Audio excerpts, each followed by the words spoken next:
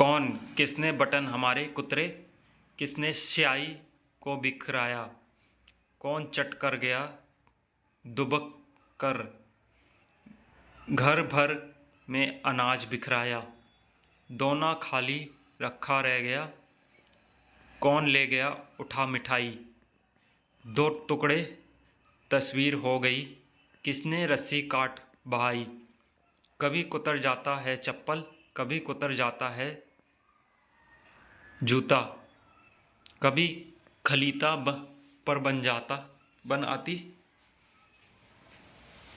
अनजाने पैसा गिर जाता, किसने जिल्द काट डाली, बिखर गया पोथी के पन्ने, रोज टांगता धो धो कर मैं, कौन उठा ले जाता छन्ने,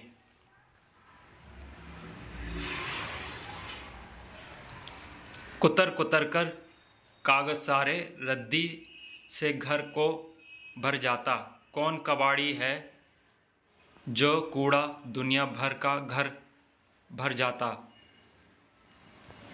कौन रात भर गड़बड़ करता हमें नहीं देता है सोने, खुर खुर खुर करता इधर उधर है ढूंढा करता छिप छिप कोने, रोज रात भर जागता रहता खुरखुर इधर उधर से धाता,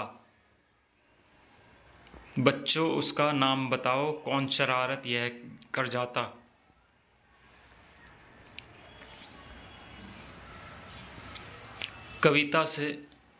कविता पढ़कर बताओ कि यह शरारती जीव घर में कहाँ कहाँ गया, किस तरह की चीज़ों का सबसे ज़्यादा नुकसान हुआ। कविता में बहुत से नुकसान गिनाए गए हैं, तुम्हारे हिसाब से उनके इनमें से कौन सा नुकसान सबसे ज़्यादा बड़ा है और क्यों। इस कविता में किसकी शैतानियाँ की बात कही गई है, तुमने कैसे अनुमान लगाया। कभी कुतर जाता है चप्पल, शरारती जीव ने बहुत सारी चीज़ों को कुतरा बिखराया और काटा। अब तुम बताओ कि किन किन चीज़ों को कुतरा जा सकता है, बिखरा जा सकता है, काटा जा सकता है। कबाड़ का हिसाब, कबाड़ी क्या क्या सामान खरीदते हैं, तुम्हारे घर से सामान ले जाकर कबाड़ी उसका क्या करते हैं। पता करो कि पुराना अखबार या रद्दी किस भाव में बिकते हैं। अगर कबाड़ी तुम्हारे घर का कबाड़ ना खरीदे तो क्या होगा। घुसपैठ, घर में यदि यह शरारती जीव है तो उसकी फौज घुस गई है, तो पता करो कि उससे कैसे निपटा जाता है। इस शरारती जीव के अलावा और कौन कौन से तुम्हारे घर में घुस जाते हैं। बूझो, नीचे लिखी कविता की पंक्तियाँ पढ़ो, जिन शब्दों के नीचे रेखा खींची है उनका अर्थ आपस में चर्चा करके बताओ।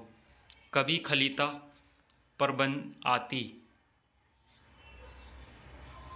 अनजाने पैसा गिर जाता, रोज टांगता धो धोकर मैं, कौन उठा ले जाता छन्ने, रोज रात भर जागता रहता खुर खुर इधर उधर है धाता।